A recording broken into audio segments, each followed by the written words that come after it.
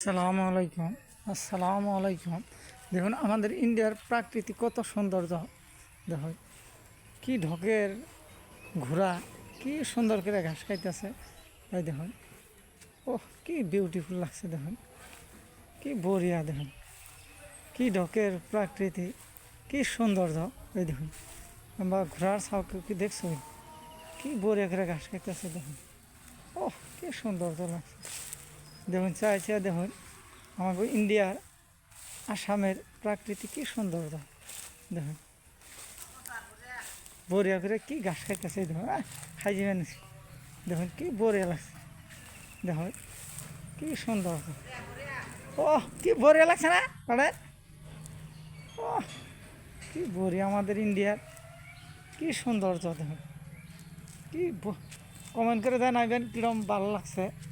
দেখুন ঘোরাই না আমার কিন্তু আগলা এই ধরনের ঘাস খা, অর্থাৎ জংলা ঘোরা। এই দেখুন কিন্তু এনে ঘাস খাইতেছে।